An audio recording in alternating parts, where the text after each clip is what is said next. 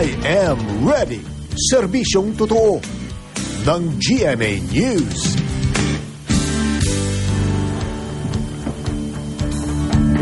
Mga kapuso, alamin na natin ang latest sa bagyong Ophel na nananalasa sa Visayas at Mindanao. Mula sa ating resident meteorologist ng GMA News, walang iba kundi si Ginoong Nathaniel Cruz. At ngayon ngay kasama po natin siya sa studio. Mang Tani.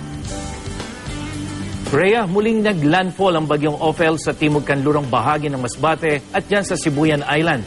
Kaya ngayon nakataas pa rin ang signal number 2 sa Masbate, kabilang Anticaw Islands, Romblon, Oriental at Occidental Mindoro, kasama ang Lubang Island, Marinduque at Batangas. Signal number 2 rin sa ilang lugar sa Visayas.